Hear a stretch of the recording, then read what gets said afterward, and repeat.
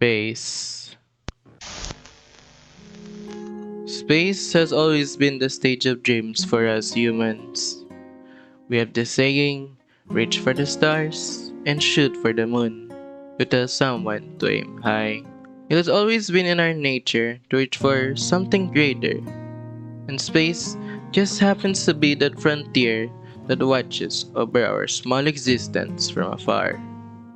It almost seems futile to do so. I mean, space is so much out of our reach that the closest thing we can do is copying the moon in the palm of our hand. But of course, in 1961, humans launched themselves into space for the first time. Then, in 1969, the moon landing happened. And in 1977, the Voyager Golden Records were launched into space. 2.7, otherwise known as 1987 Cosmic Overture, has been one of the most heart-touching stories I've ever experienced. It came at a time where I felt like everything I did would be for naught. It came at a time where I was conflicted on where I should go and what I should do. But thanks to this story, I found myself. Today, in this video, I want to show you the view that I saw that day.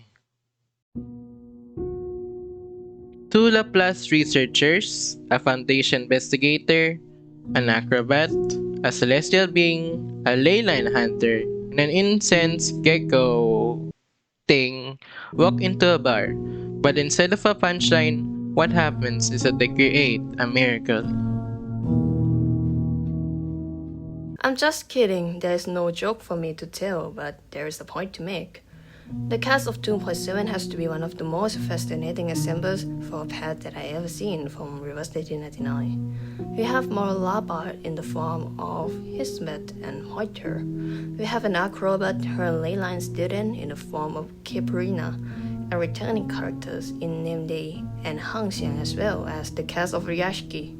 And of course, the one and only Voyager, who has remained as an enigma before this even came out. When I first saw the poster teasing the cast, I was both confused, excited, and awestruck. Confused as to why these characters were chosen. Excited as I really wanted to explore space in the world of Reverse 1999, especially with how significant it is to our history as a whole, and lastly, I was awestruck at how beautiful the posters were. The minuscule astronaut basking in light of the stars swimming in the vast cosmos. But anyways, our cast this time is filled with plenty of characters. Elizabeth is the quintessential scientist. She's filled with curiosity and faces the world in front of her with eyes that always look for answer, the line science. Caprina, while becoming Wing Song's student in the story, is Ukrainia's acrobat first and foremost. She's a performer at heart, always working hard and pushing herself to her limit for the sake of her craft. Then we have Namday, the Foundation investigator, and the one who helps out with the logistic of the operation that goes on in the story. He may seem amicable, but is actually quite distant. I mean, who would blame him for that when he lost his hometown to the storm a long time ago?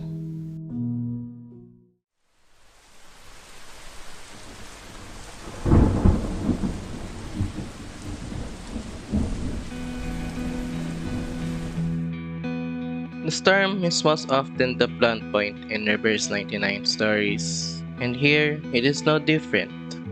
It's 1987 and the storm will be hitting the area around Merny and Plastics soon. All personnel have been told to evacuate, but our crew stays behind to do two things. To test out the limitations of the teleportation floppy disk, a piece of technology that Burton uses in the main story, and to observe if the storm only affects Earth or goes beyond our cosmos by sending a monitor into space. If they succeed, the results of their experiment will be recorded in a stuffed drawer somewhere in the Laplace Scientific Computing Center. But if they don't, only death awaits them. Kiperina, which we mentioned previously is the acrobat that Winsong found at the Arnyaya circus.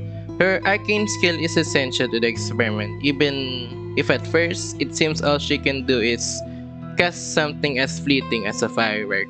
But her true power is simply waiting for the right moment. Mr. Kozlov, the owner of the Arnyaya circus, who raised Katerina, agrees to let her work with the plus. He wants her to have a better life, even though Katerina herself doesn't want to leave Arnyaya. In the end, she becomes the astronaut for the experiment. They continue with the project, facing problem after problem, yet still pressing forward. The risk of death is high, and Pointer repeatedly warns them not to continue. But the more she warns them, the more determined they become. Ultimately, Pointer leaves the project on her own. Despite the hopelessness of the situation, it only strengthens their resolve because everything is at stake. They have even more reason not to give up now, and through every attempt, they make it through. Our little astronaut finally launches into outer space, walking among the stars and seeing the Earth from above. 0.21 pixel dot. The image of the blue-handed blue leaf was taken by Voyager 1 on February 14, 1990.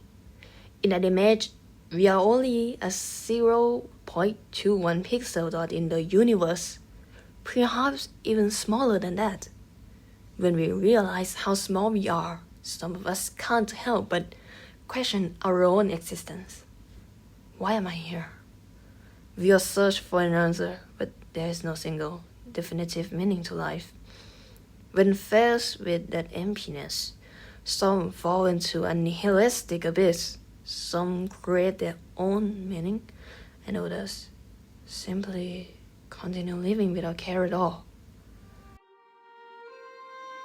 Despite our existence being so small in the grand schemes of things, being just a fleeting moment in time, we take part in creating the universe.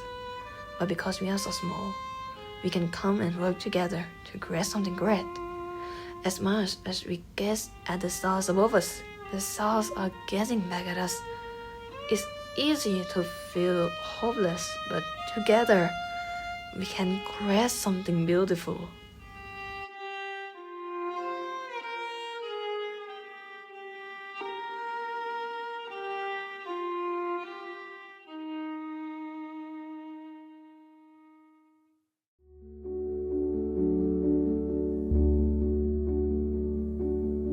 When Reverse 99 first launched, I thought that I was the only person I knew who liked it. I was being a shut-in at the time, one who didn't wish to interact with the outside world anymore. I lived in my own microcosm of an existence, feeling so utterly small I could disappear one day and it wouldn't matter. But I just really loved this game, man. I wanted to connect with other people, to discuss the cool characters, to gush over the beautiful art, to let my love for the game blossom. And that's how I met the group of friends who encouraged me to write the baseline of what would have been my first Reverse 99 video essay, The Nightmare at Green Lake Video. What the cast of 2.7 did would be absolutely impossible if Hisabeth was working alone, if Winsong hadn't met Katerina, if Nameday was unwilling to help with the operation. There's no such thing as uselessness. It's all about being at the right place at the right time. You will find people who will click with you, no matter how much you think this lonely universe is. And together, you will create something amazing, like a beautiful constellation from a group of little stars.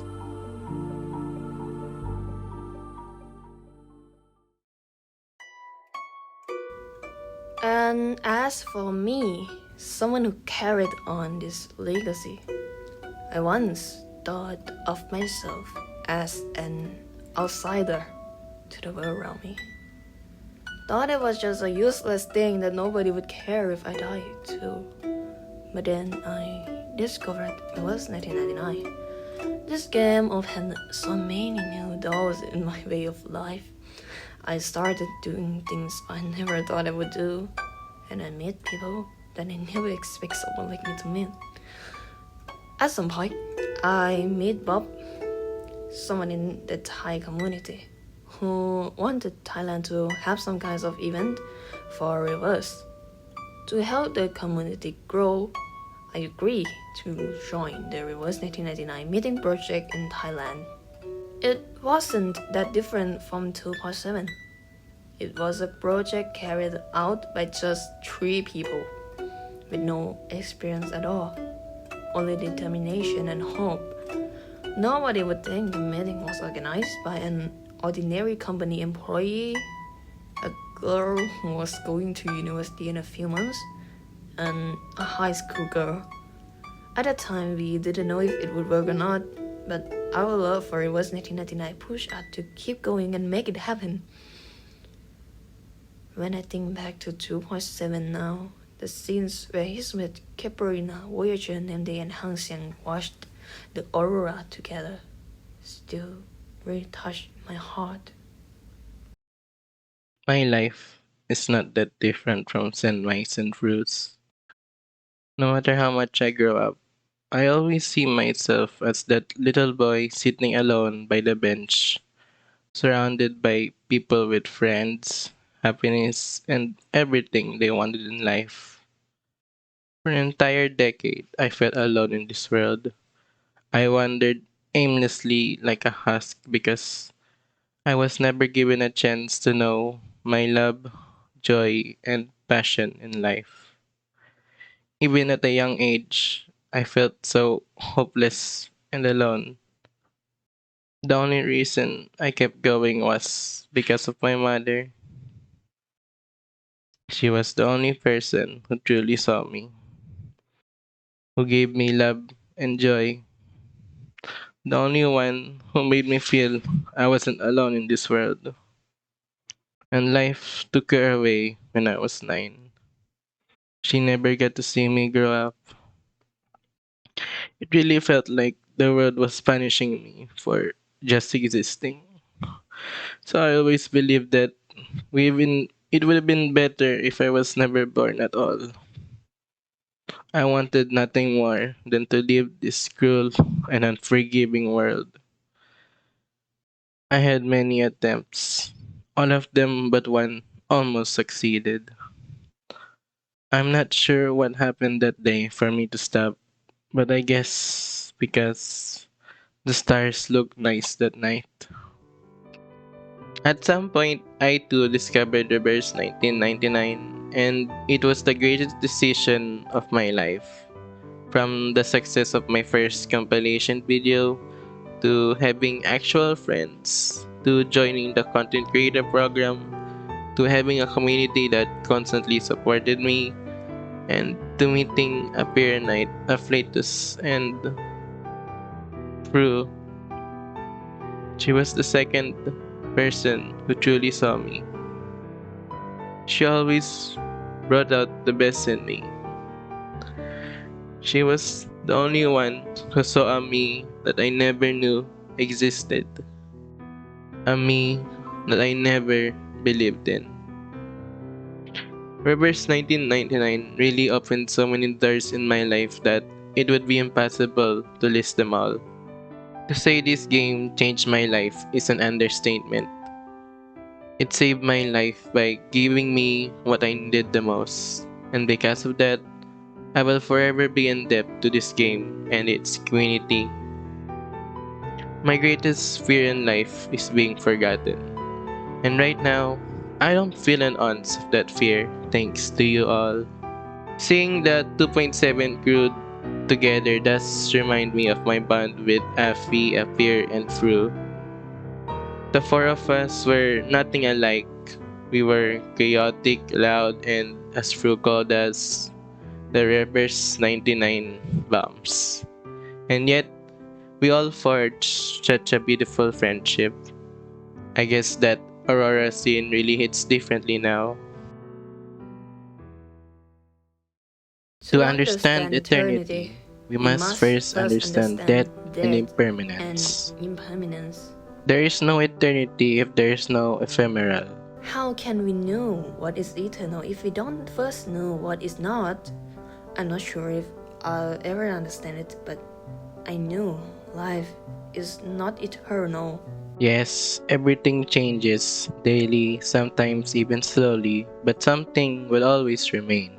Even if someone passes away, they will always leave something behind: their will, their desire, and their love. And it's up to us to hold those echoes. If tomorrow were the last day of my life, I would talk to all of the people I know, everyone who care about me. I would tell them how I feel, love them, and thank them for being a part of my short life in this world. For my For lost my love and lost friend, love and I friend, will visit I your will grave visit your and your grave and your family. family. Move Move forward in forward life in and life tell the world the and truth tell the you world the shared with truth you me. share with me. No matter who you are, Where you are, no matter what you're going through, just know that you are not alone. even if you think you are, Just look up at the night sky. and you will see yourself among the stars. See See how how beautiful beautiful the the stars stars are. are.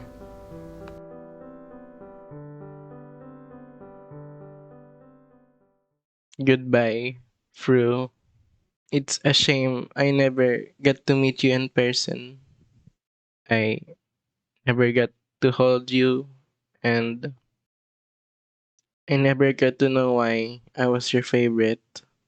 In a, in another life, I would have loved helping you get into your cosplays and to always be the first person to read your writings because I truly adored everything you did, Fru. I love you.